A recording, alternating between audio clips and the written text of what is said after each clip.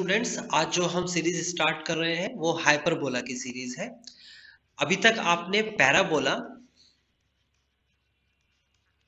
Ellipse पढ़ लिया है। ओके, पैराबोला और इलिप्स जो हमने पढ़ा है ये मैंने इसलिए लिखा है कि इससे पहले बहुत कुछ सर्कल पढ़ लिया, स्ट्रेट लाइन पढ़ लिया, उसके बगैर कॉनिक्स में आप कुछ नहीं कर सकते। आपको कंप्लीट नॉलेज चाहिए होगी। यहाँ पैराबोला के अंदर जो टाइप्स मैंने बताए आपको और इलिप्स के अंदर जो टाइप्स मैंने बताए, सेम मैं हाइपरबोला के अंदर उसे कैरी करने वाला हूँ। ठीक है ना? तो जिसने पैराबोला और इलिप्स कर लिया है उन्हें सिर्फ क्वेश्चंस देखने ही है, देखने से आ जाएंगे आपको। ठीक है, और इसमें कुछ भी नया ऐसा नहीं है जो मेरे को स्पेशली बताना हो। रूल्स वगैरह है जो आपको थोड़ा सा मॉडिफाई, जो इंट्रोडक्शन में आपने ऑफ कोर्स देख लिया होगा कि कितना चेंजेस करना होता है। इंट्रोडक्शन में आपने देखा होगा रूल्स में क्या चेंज करा है। ठीक है ना? अगर आपने नहीं देखा है तो डिस्क्रिप्शन पे पहले आप इंट्रोडक्शन जरूर देखें, तभी इस क्वेश्चन को देखें। ठीक है ना? अभी आगे बढ़ते हैं। आगे आपके सामने लिखा हुआ है यहाँ पर क्वेश्चन में, फाइंड द एसेंट्रिसिटी। देखो क्या क्या फाइंड करना है। एक तो एसेंट्रिसिटी जिसे ई बोला जाता है, उसके बाद कोऑर्डिनेट ऑफ फोकाई, फोकाई के कोऑर्डिनेट्स बताने, coordinates. Okay, now vertices, vertices यानी कि दो वर्टेक्स होंगे, एक वर्टेक्स नहीं होगा, वहां पर प्लूरल में होंगे। यहाँ पर दोनों वर्टेक्स बताने हैं। फिर सेंटर वो एक ही होगा। यहाँ पर length of major and minor axis, okay, length of latus rectum, equation of major and minor axis, equation of directrix of the hyperbola. ये सारी चीजें आपने निकालने के लिए कहा है और हाइपरबोला की इक्वेशन ये दे रखी है। बहुत सिंपल है। आपको सिंपली एक काम करना होगा। सबसे पहले एक रफ पे ऐसे ग्राफ बना लीजिए। ये आपके अपने सिर्फ समझने के लिए ग्राफ है, इसके कोई मार्क्स नहीं लगने वाले, है ना? आपको हाइपरबोला की एक रफ सी ऐसी इमेज बना लेनी है। उसके बाद आपको पता होना चाहिए कौन सी चीज कहाँ होती है। सेंटर बीच में यहाँ होता है। ठीक है ना? यहाँ पर होता है आपके पास वर्टेक्स, यहाँ पर भी होता है वर्टेक्स। फिर उसके बाद आप ऐसे दूरी एक ले लेते हैं, और कहाँ से दूरी लेते हैं ध्यान से समझना।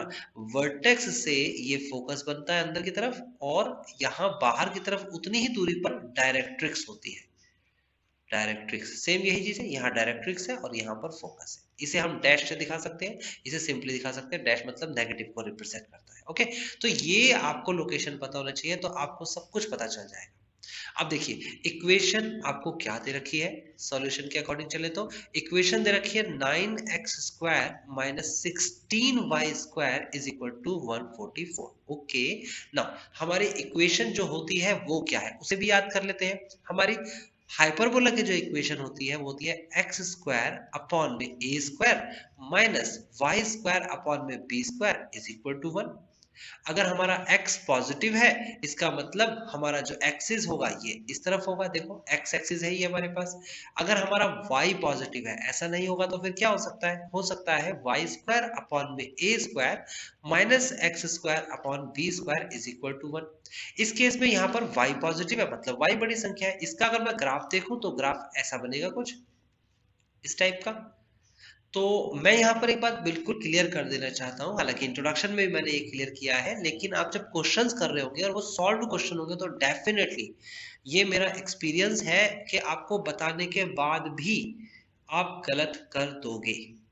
रीजन बता देता हूँ, क्योंकि आपको सॉल्व बुक के अंदर लिखा हुआ मिलेगा, तो आपको अपने दिमाग में एक बात मेरी रख लेनी है। क्या? बड़ी संख्या और छोटी संख्या। बस अब इस बात को आप ध्यान में रखिए। आप भूल जाइए ए बी सी डी क्या होता है। बड़ी संख्या मैंने ए ली है, बड़ी संख्या मैंने ए ली है, यानी कि मैंने, चाहे मैं इलिप्स करूं चाहे मैं हाइपरबोला करूं, चाहे इलिप्स का कोई सा भी टाइप करूं। दो टाइप्स के इलिप्स होते हैं। एक इलिप्स इस टाइप का होगा, एक इलिप्स सीधा ऐसे होगा, ऐसे सीधा वाई की तरफ को, है ना? कोई सा भी इलिप्स होगा, मैंने बड़ी संख्या ए ली है। ये बात मैंने आपको बता दी। कौन सी ली है? ए। और छोटी संख्या मैंने बी ली है, यानी कि मैंने फिक्स कर लिया। जैसे अंगद का पैर होता है ना, मैंने अंगद का पैर जमा दिया कि बड़ी संख्या मुझे ए ही लेनी है और छोटी संख्या मुझे बी लेनी है। और जितने भी मैंने इंट्रोडक्शन में फॉर्मूले बताए हैं वो इसी बिहाफ पर आपको बताए गए हैं। अब सपोज आपके पास कोई बुक है और उस बुक ने हमारी बात नहीं मानी, क्योंकि ऐसा तो है नहीं कि जो बुक के राइटर्स हैं वो मेरे से पढ़ के गए, तो फिर वो क्या करेंगे, वो बड़ी संख्या और छोटी संख्या को चेंज कर सकते हैं, ए को बी और बी को ए लिख सकते हैं। तो रूल्स के अकॉर्डिंग सब कुछ चेंज होगा कि नहीं होगा? बिल्कुल होगा। तो आपको मेरी बात ये ध्यान रखनी है कि आप ए और बी से आइडेंटिफाई रूल को नहीं करेंगे अगर आप बुक का सॉल्यूशन देख रहे हैं। और अगर आप सिर्फ मेरी वीडियो से पढ़ रहे हैं तो फिर तो आपको कुछ देखने की जरूरत नहीं, कोई सा भी क्वेश्चन होगा ना, ये अनसॉल्व क्वेश्चन, इसका सॉल्व करो, आंसर मैच करेगा। ओके, नाउ मैंने क्लियर कर दिया है ये कॉन्सेप्ट, क्योंकि यहाँ कंफ्यूजन ज्यादातर स्टूडेंट्स को होती है। आपको क्या करना है, मैं दोबारा से रिपीट करता हूँ, जो बड़ी संख्या है वो मैंने ए लिया है, आपको ये ध्यान रखना है बड़ा और छोटा। अब बड़े को ए लिख लो, बड़े को बी लिख लो, या वट कुछ भी लिख सकते हैं, ठीक है ना। तो ये ध्यान रखना, बड़ी संख्या और छोटी संख्या से ध्यान रखना है। फिलहाल अगर मैं इस बात की करता हूँ बात, यहाँ पर करता हूँ बात, इस क्वेश्चन की बात करता हूँ अगर मैं, तो इस क्वेश्चन के अंदर क्या है, इस क्वेश्चन में पॉजिटिव क्या है, इस क्वेश्चन में पॉजिटिव है एक्स। तो ऑफ कोर्स ये हमारा ग्राफ सामने बन चुका है। हमें क्या चाहिए होता है, राइट साइड में 1 चाहिए होता है। तो राइट साइड में 1 लाने के लिए हम क्या करेंगे, इस 144 से डिवाइड कर देंगे लेफ्ट साइड में। तो 9x² अपॉन 144 माइनस का 16y² upon 144 is equal to 1। बिल्कुल क्लियर है। अब आगे बढ़ते हैं, आगे हमें क्या करना चाहिए, 9 1 9 एंड 9 16 144, 16 1 16 एंड 16 9 144। ओके, मैंने आपको ये बता दिया है पहले भी, और अभी फिर से रिपीट करूंगा कि अगर ये कंप्लीट, यहाँ 1 आया है, कंप्लीट नहीं कटता, तो ये काटने का जो प्रोसेस है ना, ऊपर से नीचे जो जा रहा है, एक्चुअल में क्या होता है, हम ऐसा करते हैं इसे एक्चुअल में। हालांकि जो मैंने बताया आप वही कर सकते हैं, लेकिन कुछ स्टूडेंट्स को अगर कंफ्यूजन होगी तो मैं एक्चुअल बता देता हूँ आपको। ये 9 जो यहाँ मल्टीप्लाई में है, इसे नीचे ले आइए, हो जाएगा x² अपॉन में 144 अपॉन 9। बिल्कुल सिंपल है, देखो सिंपल है बिल्कुल, नीचे आ गया डिवाइड में, इसी 9 को हम ऊपर ले जाते हैं, उसी 9 को हम नीचे ले आए हैं, ठीक है। माइनस का 16 लिखा है ना यहाँ पर, 16 ये, इसे भी नीचे ले आइए यहाँ पर, मतलब डिवाइड जो है ना उसके भी डिवाइड में लिख दीजिए, तो आ जाएगा y² अपॉन में 144 अपॉन में 16, ओके, इज इक्वल टू 1। अब आप डिवाइड कर लीजिए, तो जिसको ऊपर से कट करना नहीं आता है तो उसे ऐसे कर सकते हैं, 9 से डिवाइड, सिंपल डिवाइड है, जैसे आपको करना था, कैलकुलेटर अलाउड होगा आपके पास, 16 एंड 16 डिवाइड बाय 144 9। बिल्कुल क्लियर है। अभी आगे बढ़ते हैं, x² upon 16 minus y² upon 9 is equal to 1। This is the simple equation जो हमारी स्टैंडर्ड फॉर्म होती है। बाय कंपेयरिंग दिस, इससे कंपेयर करने के बाद हम क्या पाते हैं, लिखेंगे by comparing we get a square is equal to 16 and b square is equal to 9। देखो कितना आसानी से आपको पता लग रहा है कि a जो है वो बड़ा है b से। मैं तो पहले ही बता चुका हूं कि ये चर्चा में ही नहीं बैठने वाले हैं, हमने तो a को ही बड़ा मान के चला है, और a कौन होगा, जो बड़ी संख्या होगी। अब देखो प्लस में और प्लस में तो बड़ी संख्या का अनुमान लगाना बड़ा मुश्किल हो जाता है जब तक हमें संख्या ना पता हो, है ना। लेकिन अगर प्लस पे और माइनस की बात करते तो बिल्कुल सिंपल है, कोई संख्या मत लिखिए सर, यहाँ पर हम बता देंगे प्लस वाला ही बड़ा होता है। तो गौर से देखिए, अगर इस क्वेश्चन को देखेंगे तो ये x जो है ये पूरी की पूरी संख्या पॉजिटिव है, और ये पूरी की पूरी संख्या नेगेटिव लेके आई है, तो पॉजिटिव वाला ही बड़ा होगा ना। एक तो ये इंडिकेशन हो गया। दूसरा, आगे बढ़ जाते हैं, आगे मैं आपको जो बताने वाला हूँ वो बहुत इंपॉर्टेंट है। देखो इतनी सारी बात बता रहा हूँ इसलिए कि आप इस क्वेश्चन के जरिए आप पूरी सीरीज खत्म करते हैं ना, दोबारा दूसरा क्वेश्चन क्यों करें हम भाई, जब हमसे एक ही क्वेश्चन से सारे काम होने वाले हैं। तो मैं आपको एक क्वेश्चन चेंज करके देता हूँ। मैंने लिखा 16x² माइनस का 9y² इज इक्वल टू 144, और आपने कहा कि ये क्वेश्चन तो अभी हमने किया है सर, आप इसे डिवाइड कर सकते हैं। अगर आप डिवाइड करेंगे तो 16 अपॉन x² अपॉन में 144 माइनस 9y² अपॉन में 144 इज इक्वल टू 1। मैंने कुछ भी चेंज नहीं किया है, देखो जो हमारे पास क्वेश्चन था ये रहा, उसे मैंने 16 यहाँ लिख दिया और 9 को यहाँ लिख दिया।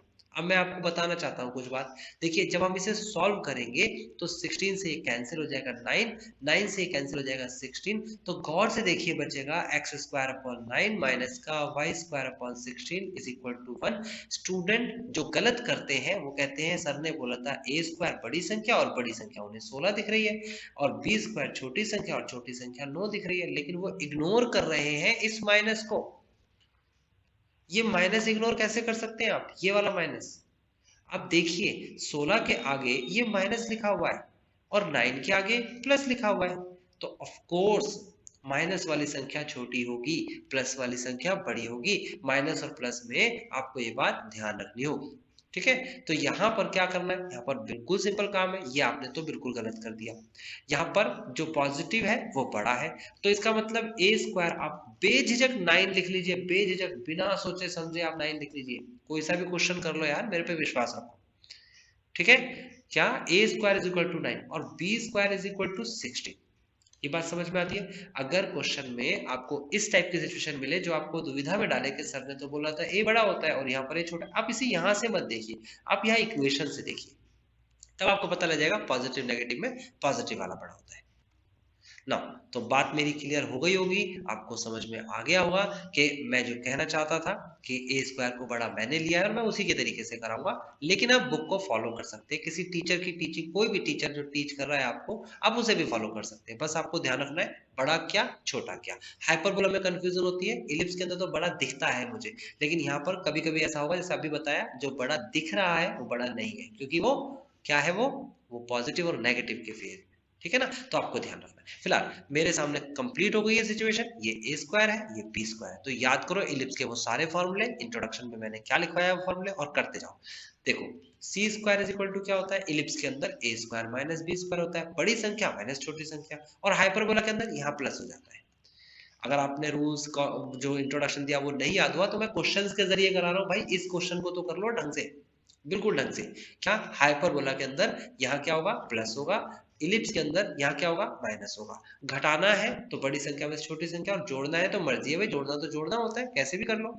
यहाँ पर ए स्क्वायर की वैल्यू 16 है, बी स्क्वायर की वैल्यू 9 है, तो आ जाएगा 25, तो सी स्क्वायर 25। ए स्क्वायर बी स्क्वायर सी स्क्वायर हमारे पास आ चुका है।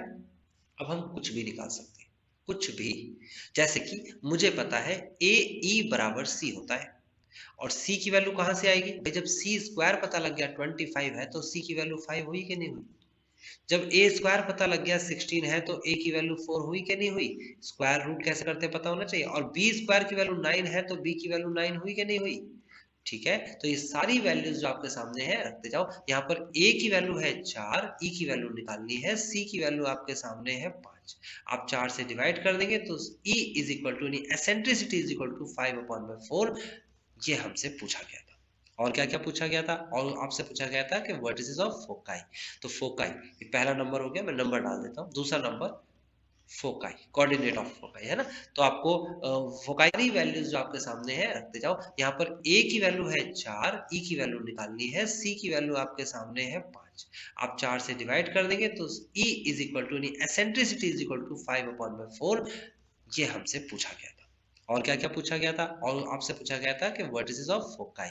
तो फोकाई ये पहला नंबर हो गया, मैं नंबर डाल देता हूँ। दूसरा number foci, coordinate of foci है ना। तो आपको फोकाई के कोऑर्डिनेट्स निकालने, क्या होते हैं कोऑर्डिनेट्स इसके, ये होते हैं प्लस माइनस ए ई और 0, ऐसे तो सेम बताया था। या फिर आप लिख सकते हो प्लस माइनस सी और 0, डायरेक्ट सी लिख सकते हो भाई। ए की मल्टीप्लाई इस ई के साथ कराओगे तब भी आंसर वही आएगा 5, और यहाँ पर डायरेक्ट सी भी लिख सकते हो। तो foci is equal two plus minus 5 और 0। उसके बाद तीसरा नंबर आता है वर्टिसिस का। वर्टिसिस, तो वर्टिसेस में क्या होता है, प्लस माइनस ए और 0। यहाँ पर ए की वैल्यू आपको क्या दे रखी है, ए की वैल्यू आपके सामने 4 दे रखी है, तो आप लिखेंगे प्लस माइनस 4। और देखो कितने आसानी से आंसर आता जा रहा है, बस रूल याद करो और आंसर आएगा। ऑफ कोर्स मेरे को ये रूल्स इसलिए याद है क्योंकि मैं प्रैक्टिस कराता रहता हूँ बच्चों की। आपको ये रूल याद हो जाएंगे एग्जाम से पहले अगर आप प्रैक्टिस करते हो। क्वेश्चंस की प्रैक्टिस करो, रूल याद हो जाएगी। ठीक है, आपके सामने थर्ड पार्ट भी हो गया। अभी हम चलते हैं फोर्थ पार्ट के पास। फोर्थ में कहते हैं सेंटर। अरे सेंटर तो बड़ा आसान है, सेंटर तो 0 0 ही होगा, क्योंकि देखो ना ये आपका हाइपरबोला है इधर, तो सेंटर ये बीच वाला है और ये ओरिजिन पे है, तो 0 0 होगा।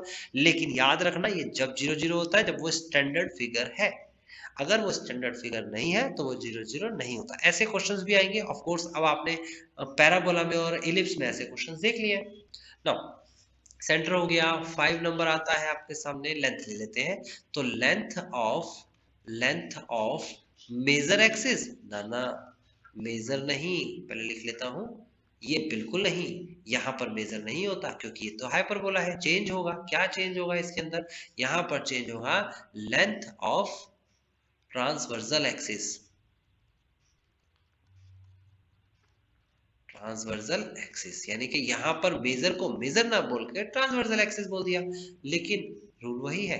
ट्रांसवर्सल एक्सिस का लेंथ जो है वो 2a होता है और a की वैल्यू अभी आपने निकाली और वो है आपके सामने 4, तो ये आ जाएगा आपके पास 2 into 4 दिस इज 8। ऐसे ही 6 नंबर आता है length of conjugate axis, conjugate axis, और कॉन्जुगेट किसका रिप्लेसमेंट है, माइनर का।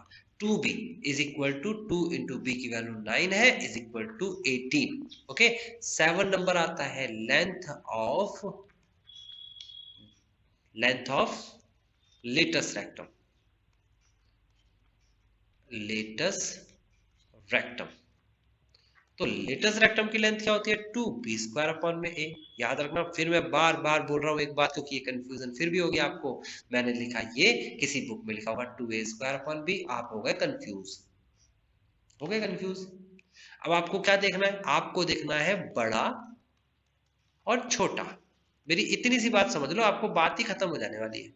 बड़ा और छोटा, हाइपरबोला के केस में पॉजिटिव ही बड़ा होगा, नेगेटिव ही छोटा होगा, बात खत्म हो जाती है। यहाँ पर हमने ये क्वेश्चन देखा, हमने ये स्टैंडर्ड फॉर्म देखी, ये रही वो स्टैंडर्ड फॉर्म, हमें पता लगा ये पॉजिटिव है, तो बड़ी संख्या 16, छोटी संख्या 9। अब बड़ी संख्या 16, छोटी संख्या 9। बड़ी संख्या को a बोलेंगे, यानी कि यहाँ पर a², और छोटी संख्या को b² बोलेंगे। बस ये बड़ा और ये छोटा, हमने ये देख लिया, बड़ा और छोटा, बात खत्म। अब आ जाते हैं अपने फॉर्मूले पे। तो फॉर्मूले हमें ऐसे याद नहीं रखने कि सर ने लिखवाया था 2b² अपॉन ए, बुक में लिखा हुआ है 2a² अपॉन बी, नहीं। आपको ऐसे याद रखना है कि सर ने बोला था 2 इंटू छोटी संख्या का स्क्वायर अपॉन में बड़ी संख्या, और बुक में लिखा हुआ है 2 इंटू छोटी संख्या का स्क्वायर अपॉन में बड़ी संख्या। बिल्कुल सही लिखा है, बुक ने भी वही लिखा है, मैंने भी वही लिखवाया। इसका मतलब हो गया कि आप छोटे और बड़ी संख्या से याद रखें, ना कि a² b² से, अगर आप इसे समझना चाहते हो। और अगर आप समझना नहीं चाहते तो सीधे सीधे मेरे को फॉलो कर लो, सारे वाले रूल याद कर लो जो मैंने बताया। उसमें क्या है, कम चेंजेस करने से आपका काम बन जाता है, मैंने रीजन भी बता दिया था। ओके, तो 2b², b की वैल्यू आपके पास 9 है, 9 है, नॉट 9, हाँ यस ऑफ कोर्स 9 है। ओके, b की वैल्यू 9 नहीं है जी, b की वैल्यू आपके सामने है 3। गड़बड़ हो गई, गड़बड़ हो गई, b की वैल्यू 9 नहीं है, b² की वैल्यू 9 है, तो b की वैल्यू कितनी आ गई यहाँ पर, देखो ये देखो, ये देखो 3। गड़बड़ हो गई ना, इसे ठीक कर लेना भाई। यहाँ पर भी कितना हो जाएगा, यहाँ पर हो जाएगा आपके पास 3, yes of course this is 3। तो 3 3 जा 9 अपॉन में a की वैल्यू 4 है, तो ये आपके पास आएगा कितना, 9/2। This is length of latus rectum. अब 8 के बाद 7 के बाद 8 आ जाएगा, और 8 में आता है इक्वेशन, इक्वेशन ऑफ मेजर की जगह ट्रांसवर्सल। तो जैसे मेजर एक्सिस होता था, मेजर मतलब बड़ा, ऐसे बड़ा एक्स एक्सिस, तो एक्स एक्सिस की equation y is equal to 0। Equation of conjugate, conjugate axis, तो कॉन्जुगेट की equation x is equal to 0, ये 9 हो गया। तो 10th और लास्ट वाले की भी बात कर लेते हैं, equation of directrix, equation of directrix. और इक्वेशन ऑफ डायरेक्ट्रिक्स होता है, अगर मैं पैरेलल, देखो ये स्ट्रेट लाइन की इक्वेशंस में आपको पता होना चाहिए, मैंने बताया ना, कंप्लीट कोर्स आपके पास है। अब आपकी लापरवाही है कि उसे देख नहीं रहे। आप देखिए, जेन्युइनली आपको एक एक चीज मैंने पूरे एफर्ट से समझाने की कोशिश की है। बहुत सारी चीजों में मैंने चेंजेस किया है, मेरा टीचिंग स्टाइल चेंज हुआ है, मैं ऐसे नहीं पढ़ाता, लेकिन मैंने इसलिए चेंज किया क्योंकि जब आप मेरे को फ्रंटली देख नहीं रहे हैं, मेरे से आई कांटेक्ट नहीं कर रहे हैं, तो आपको चीजें समझ में कैसे आएगी। समझ में आना इंपॉर्टेंट रखता है, क्योंकि एग्जाम में आपको कलम चलानी है। ओके, तो यहाँ पर मेरा एफर्ट ये है कि आपको मैं कोशिश करूँ अपना 100% देके आपको समझाने की। तो यहाँ पर सिर्फ इतना सा काम कर लो कि जितने प्रीवियस लेक्चर्स में आपको रिकमेंड करता हूँ उसे जरूर देखो। ऐसे नहीं स्किप करके यार, शॉर्टकट है ये, क्वेश्चन देखने से आना ही नहीं वाला, ये मैथमेटिक्स है, और क्वेश्चन कोई भी आ जाएगा, फिर फंस जाओगे आप। तो श्योर अगर मार्क्स लेके आने हैं और हायर मार्क्स लेके आने, जो मेरे स्टूडेंट्स मोस्ट प्रोबेबली लेके आते हैं, तो सिंपल है, मैंने आपको कहा कि आपको क्या देखना है, स्ट्रेट लाइन की इंट्रोडक्शन, तो आप देखिए। ओके, तो फिलहाल स्ट्रेट लाइन में मैंने बताया था कि अगर पैरेलल टू वाई एक्सिस है, ये वाई एक्सिस है, अगर इसके पैरेलल में कोई लाइन है तो x is equal to something, कोई भी, जैसे यहाँ पर है तो माइनस का ही होगा, राइट साइड में प्लस का है। है ना। तो यहीं से आपको डायरेक्ट्रिक्स की इक्वेशन याद करने का मौका मिल जाएगा। x इज इक्वल टू होता है प्लस माइनस a अपॉन ई। ए की वैल्यू आपके पास होनी चाहिए, ई की वैल्यू होनी चाहिए। चेक कर लेते हैं कौन सी वैल्यू ए की है, कौन सी। ई की वैल्यू तो है 5/4, ए की वैल्यू है 4, तो 4 यहाँ लिखेंगे हम x is equal two plus minus 4/5/4। अब यहाँ पर समझना होगा क्या कि देखो ये 5/4 तो बटे में लिखा हुआ है, यानी फ्रैक्शन में है, लेकिन ऊपर वाली संख्या बटे में नहीं है, तो इसके बटे में हम एक लगा देंगे। उसके बाद बाहर वाली संख्या की और अंदर वाली संख्या की मल्टीप्लाई कर देंगे, तो x की वैल्यू क्या आ जाएगी हमारे पास। देखिए x इज इक्वल टू हो जाएगा प्लस माइनस, बाहर मतलब 4 की मल्टीप्लाई 4 में, अंदर मतलब 5 की मल्टीप्लाई 1 में। नहीं समझ में आ रहा ना, चलो समझा देता हूँ। x is equal two plus minus 4 upon में 5 अपॉन में 4। ओके, यहाँ फ्रैक्शन वाली संख्या क्या थी, ये 5/4। ई जो है फ्रैक्शन में था, जो 4 है ऊपर वाला ये अकेला है। कई स्टूडेंट क्या करेंगे, इसके अपॉन में 1 लगा के इसकी मल्टीप्लाई इसकी मल्टीप्लाई, जो बिल्कुल गलत है। आप उसके अपॉन में 1 कैसे लगा सकते हैं जो ऑलरेडी फ्रैक्शन में है। आपको क्या करना है, आपको यहाँ पर 1 इसके अपॉन में नहीं लगाना, आपको लगाना है 4 के अपॉन में 1।